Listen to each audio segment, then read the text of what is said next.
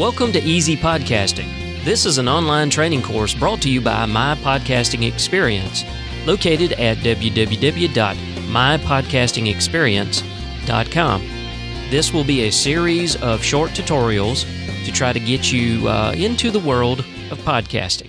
Okay, this is part 3 of the tutorial series, and this is where I'm going to show you a quicker and easier way to get WordPress installed. Now, as we've talked about before, most of your hosting providers will have a control panel. As you can see right here, I'm using HostGator, and their control panel is cPanel. I think you can get Plesk, but as I've also stated before, my favorite happens to be cPanel. So, you've got your hosting set up, your domain, and all of that, and you're ready to get your WordPress installation going.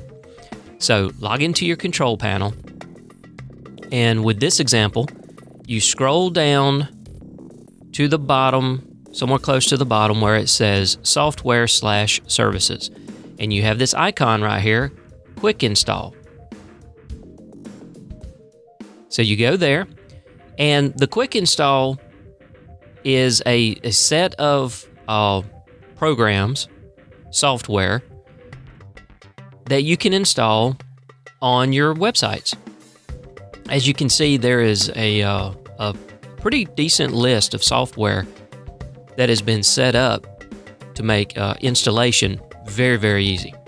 So right here at the top, we've got up under blog software, we've got WordPress. So we click on WordPress, and of course it tells you WordPress is web software you can use to create a beautiful website or blog. We like to say that WordPress is both free and priceless at the same time.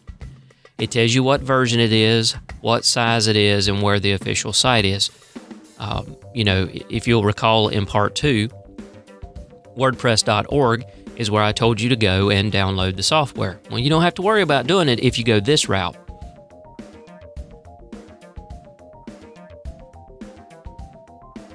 So we'll click Continue. Okay. Then it asks you where you want to install WordPress. As I've stated before, I have a lot of domains. We're going to go to this one, stuffwewant.southgeek.me, which is just a domain, a subdomain that I put up that has a list of items from Amazon. And yes, they're all keyed for our affiliate. So if you ever go there and you see something, you click on it, just know that you're carrying our affiliate cookie with you, and we certainly appreciate it if you do buy something from Amazon. So anyway, I'm going to just type in WordPress here because I want it to create it in a folder for demonstration purposes. And here again, we put in our admin email, which I'm going to do as my regular email.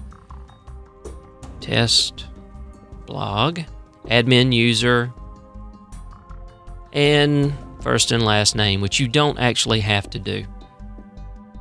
So we click Install. So it'll go through and it'll tell you that it's installing the software. Watch the little bar go across. Voila! Then it tells you, congratulations, your installation is ready. You can access it now by going here. If there is any login information, it will have been sent to you via email, and of course it will. And here's a password. Don't worry about trying to copy this because after this demonstration is over, I will delete this. But for our purposes, I'm going to copy it, and I'm going to click here,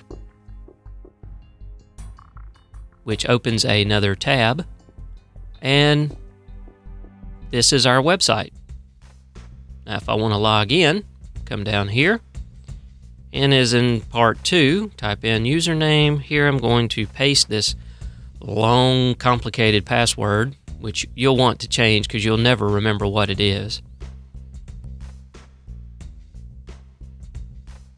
And here we go. Now, one of the things that you may notice is by going the quick install route, the software is set up with particular options already either integrated into the package that they're using. Certain things like Jetpack is already part of this, which Jetpack is a list of special options like your sharing of to your popular social networks, notifications, statistics, a different commenting system, just a wide variety of stuff. And to use it, you have to connect it to a WordPress.com account. You can create a WordPress.com account and not actually have a WordPress.com blog. And that's what I have. I have a WordPress.com account that all of my blog sites are connected to so that I can do statistics. So as I showed you in part 2, I come up here, and of course this is the very first one to update. And let's go to plugins here. Now, you'll see that in this particular quick install setup, they have gone ahead and put in WP Supercache. And WP Supercache is a plugin that tries to help speed up your website. It caches the information so that it doesn't have to go back and do database fetches every time someone drives up to the website. WP Supercache is arguably, I would have to say, the most popular caching plugin. The other one is W3. I've used them both. For the longest time, I used W3, but I've since gone back to WP Supercache. And just to me, W3 seemed to slow my site down. WP Supercache seems to be much faster.